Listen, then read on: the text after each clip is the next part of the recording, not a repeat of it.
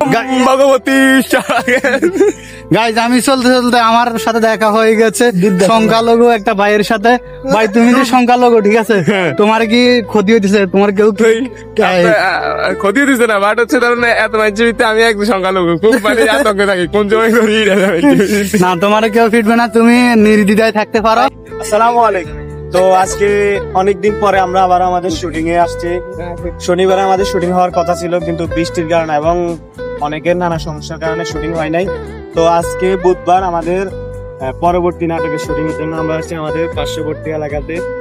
তো আজকের শুটিং এর যে অংশ, এটা নিয়ে স্যার কিছু কথা বলবেন। স্যার, আমাদের আজকের গল্প হচ্ছে আমরা অনেকে মুসলমান ঘরের সন্তান হয়েও আমাদের কেন জানি হিন্দুদের পুজো পার্বণ অনুষ্ঠান দেখতে খুব ভালো লাগে।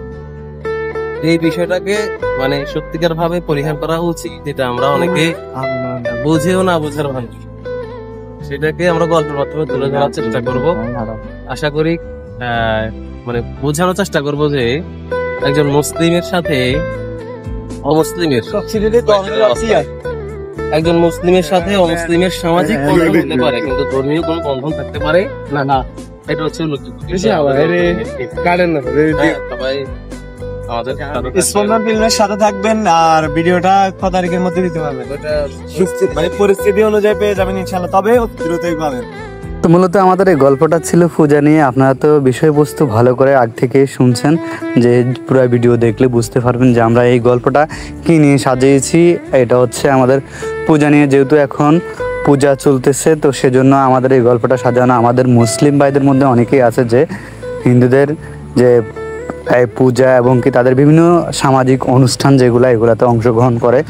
তো আসলে এগুলো আমাদের জন্য আরও কতটুকু যুক্তিক সেই বিষয়টা আমরা আপনাদের মাঝে তুলে ধরেছি, যে আমাদের আসলে এগুলা একটু পরিহার করা উচিত। যে আমাদের মুসলিম ভাইদের মধ্যে অনেকেই আছে যাদের হিন্দুদের পূজা এবং কি তাদের যে সব উৎসবগুলো, এগুলাতে অংশগ্রহণ করতে ভালো লাগে, তাদের এগুলাতে যাইতে তাদের ভালো লাগে।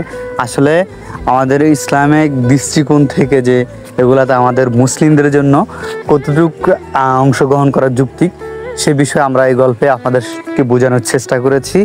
তো আশা করি আপনারা বিষয়টা বুঝতে পারছেন। আর যদি আমাদের সম্পূর্ণ নাটকটা দেখতে চান, মানে ইসলামিক শর্ট ফিল্মটা দেখতে চান, তাহলে আপনাদেরকে চলে যেতে হবে আমাদের স্পন্দন ফিল্মে। আর আমি কমেন্ট বক্সে স্পন্দন ফিল্মের লিঙ্ক দিয়ে রাখবো, আপনারা ওইখানে গিয়ে সম্পূর্ণ ভিডিওটা দেখতে পারবেন।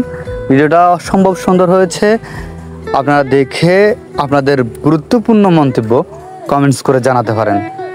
তো সেই পর্যন্ত সবাই ভালো থাকবেন। আল্লাহ হাফেজ।